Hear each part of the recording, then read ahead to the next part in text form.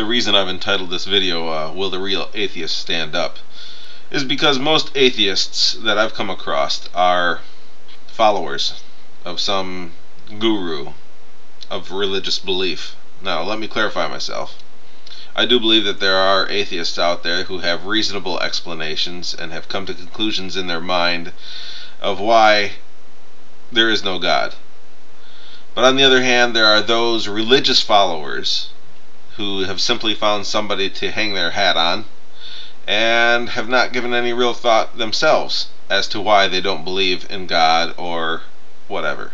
As for me, the present explanations that I've heard as to how life originated fall apart too quickly when I consider some of the complexities of DNA and the necessities of life.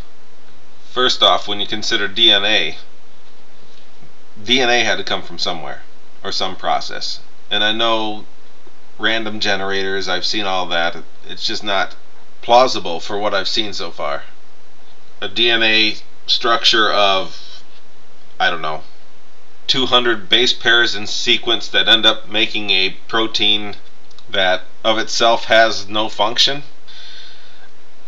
Protein itself has to be synthesized with devices that require protein to be made in the first place. So that in itself is like the chicken and egg story. I still don't get it. The other reason why I can't accept the present day understanding of the origins of life coming from the evolutionary standpoint are the three complex systems that must be in existence in order for life to even survive for a millisecond, let alone eons, and to develop into some more complex life form.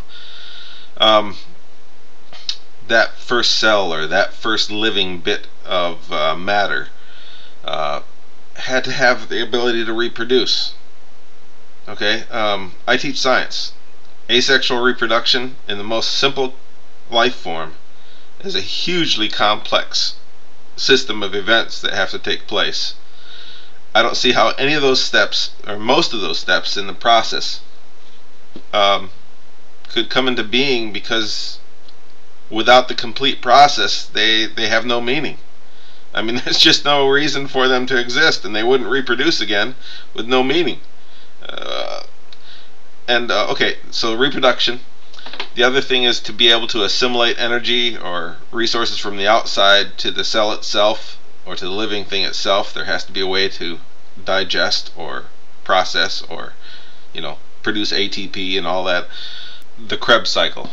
The third thing is the idea of homeostasis. There's a very complex system that must be intact in order for something to survive any change of environment with such a fragile structure as what must have happened for the original, bit of life. Anyways, there's my video. I would like to hear some logical, well thought responses. A lot of the times I see atheists getting on and spouting stuff just because, I guess they're angry. Same thing with some Christians. They get on and spout a bunch of stuff because they're angry. I'm not saying that either side has an advantage over the other as far as that goes. So some real reasonable, logical thought, dialogue, it would be nice. Well, thanks.